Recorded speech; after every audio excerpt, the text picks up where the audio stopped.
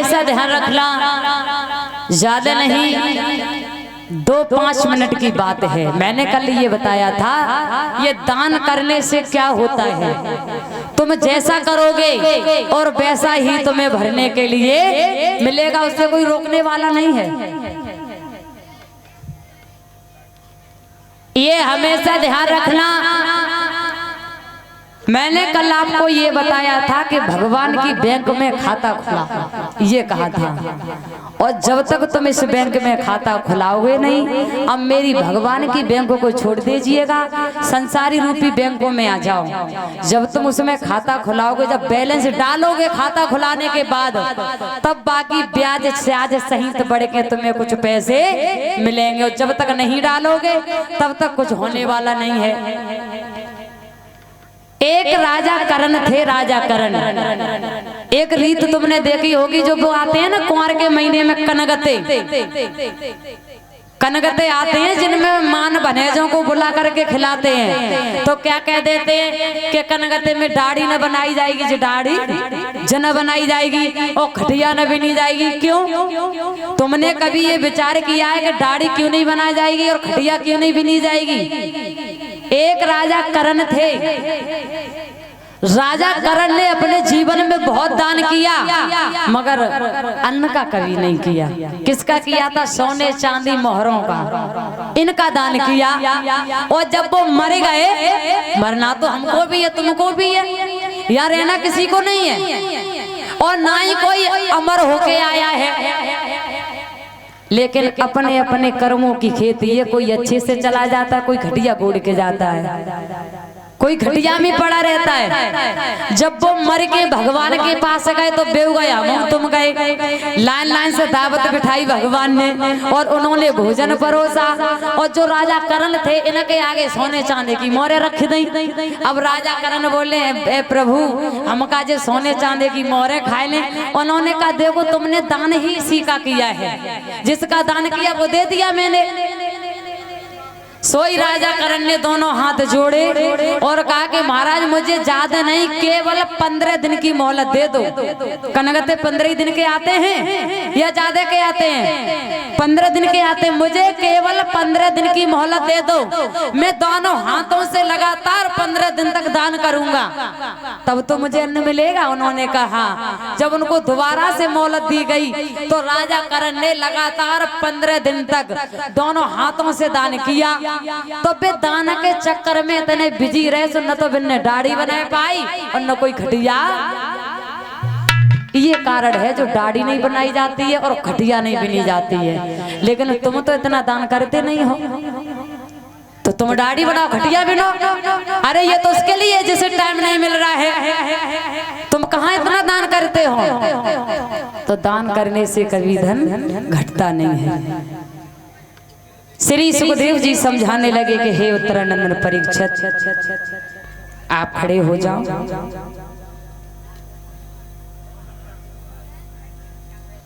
जो कथा का प्रसंग था वो हमने कहाँ छोड़ा था? कल ब्याह होएगा, तुम आए बनाए थे, आए थे, बहुत सुंदर। बैठ जाओ। बोलिए परीक्षित महाराज की।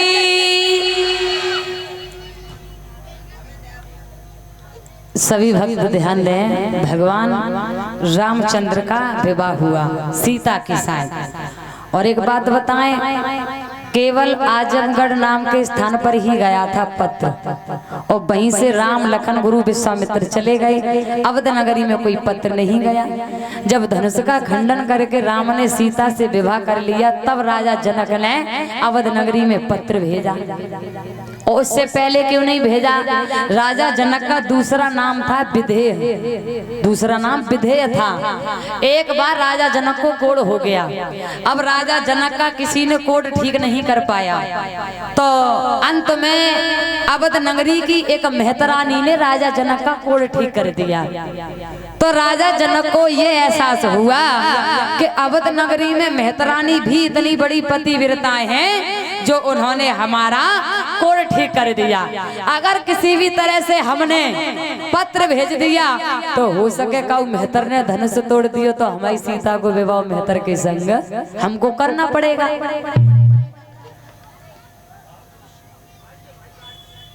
इसलिए उन्होंने अवध नगरी में पत्र नहीं भेजा था, ये कारण था। राजा राम का विवाह सीता के साथ हुआ।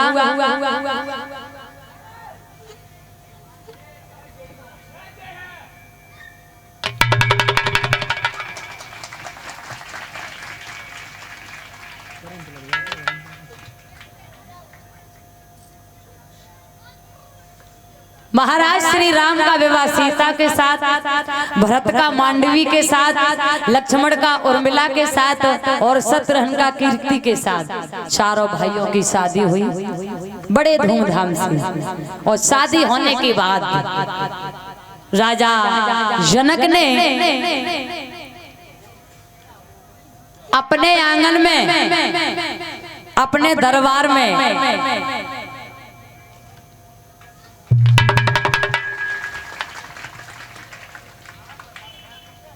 भगवान श्री राम की बारात 74 दिन तक रोकी थी। 74 दिन तक। इधर बिठा लो, इधर इधर ही।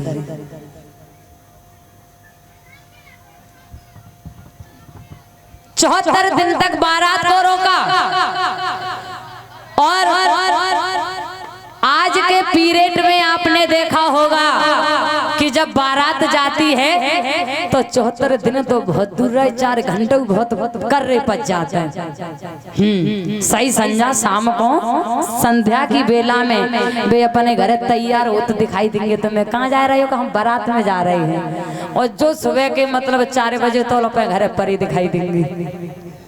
आज के पीरियड की बारात की बात कर रहे हैं, मान सम्मान नहीं है। राजा जनक ने 74 दिन तक बारात को रोका आदर सम्मान के साथ और बारात को विदा किया। राजा दशरथ अपने 4 पुत्र वधुओं को लेकर के अवध नगरी को प्रस्थान करते हैं। अवध नगरी के लिए आते हैं बड़े हंसी उल्लास के साथ। अवध नगरी में आए दीप जलाए जाते हैं, खुशियां मनाई जाती हैं। राजा जनक ने अपनी पुत्र वधुओं को कभी भी बहू नहीं समझा, बेटी की तरह रखा। बेटियों की तरह अच्छे अच्छे सुंदर सुंदर संस्कार देते हैं। और कभी भी सास ससुर को जो पराए, देखो जब तुम अपनी लड़की किसी को देते हो तब तुम्हारे घर पर दूसरी लड़की आती है तो वो भी एक लड़की है, वो भी लड़की को किसी माँ और पिता ने जन्म दिया है। कभी भी उसको बहू की नजर से नहीं देखना चाहिए। ऐसा समझ लीजिए कि ये भी हमारी एक बेटी है। मैंने एक बेटी दूसरे घर भेजी तब दूसरी बेटी मेरे घर आई है। हर एक किसी घर में दूसरे की अमानत होती है। तो हम बार बार यही समझाएंगे सभी भक्तों को कि कभी भी दूसरे की लड़की को गैर न समझते हुए अपने की तरह मान सम्मान देते हुए और समाज को आगे बढ़ाएं और सम्मान को प्राप्त करें। बोलिए राजा राम सरकार की। बड़े ही धूमधाम से श्री कृष्ण कन्हैया का अवतार होगा और वो भी अवतार विद झांकी सहित होगा। हमारे कुछ माता बहनों की इच्छा है तो एक छोटा सा कीर्तन बोलेंगे सभी भक्त मिलके। जो हमारे ये भैया जी आए हैं इनका कुछ पता आता दे दो। बोलिए वृंदावन बिहारी लाल की। सभी बोलेंगे तालियों के साथ। गोपियां कहती हैं भगवान के बारे में, देखो ये बताओ भगवान कन्हैया की ब्रजधाम नगरी कौन कौन जाना चाहता है? भगवान कन्हैया की नगरी में कौन कौन जाना चाहता है? क्या बात है। जो बीच वाले इच्छा नहीं है आपकी? है इच्छा भैया, है इच्छा तो चलो मेरे साथ बड़े प्रेम से बोलिएगा। गोपियां कहती है कि इस जग में और मने लगता रे प्यारे, मुझे आना है तेरी नगरी। जगों में वही लगता रे प्यारे, आना है तेरी नगरी।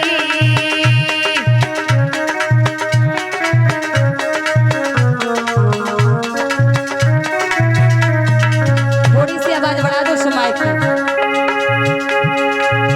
सभी भक्त बोलेंगे, किसी जगह में मन नहीं लगता रे काना, मुझे आना है तेरी नगरी।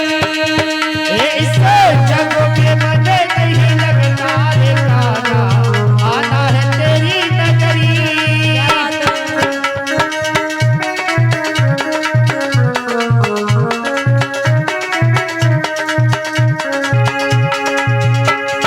और गोपियां बोली, अरे कन्हैया तेरे बिन मोए चैन पड़े ना,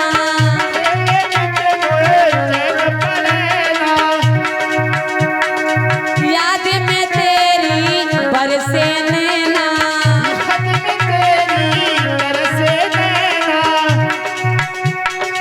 तेरे बिन मोए चैन पड़े ना,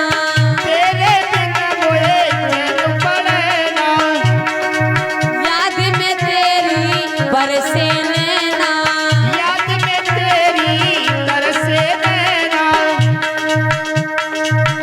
दर्शन को मन तड़पाए बिलख रही बदरा की रे बदरी।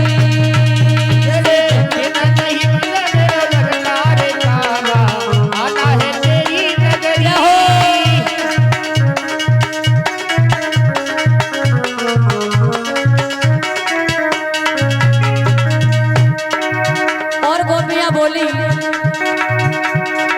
तू आ जाया हमें बुला ले। देखो अच्छा नहीं लग रहा है माताओं, ऊंची ऊंची तालियों के साथ, बड़े हर्ष उल्लास के साथ, तू आ जाया मुझे बुला ले, दिल भरिया के दिल से लगा ले, दिल भरिया के दिल से लगा ले,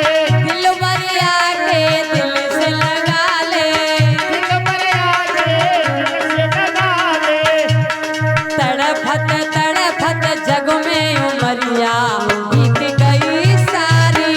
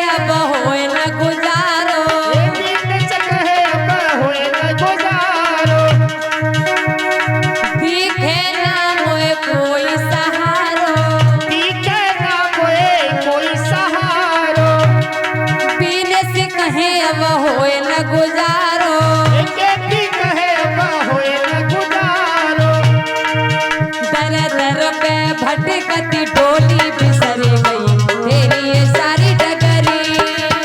तेरे मेरा मन नहीं लगता रे जाना, आना है तेरी नगरी। तेरे मेरा मन नहीं लगता आना है तेरी नगरी।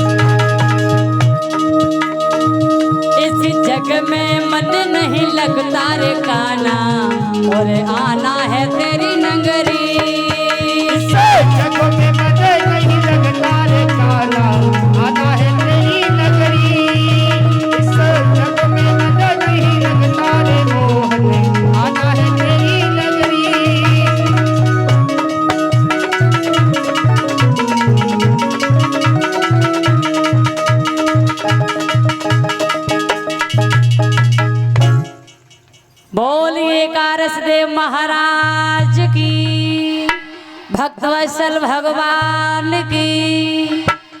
सभी भक्तों, जहाँ कथा का प्रसंग चल रहा था वही आ जाएं। किस प्रकार से भगवान बाल योगी कृष्ण कन्हैया का अवतार हुआ था। माताएं बातचीत ना करें।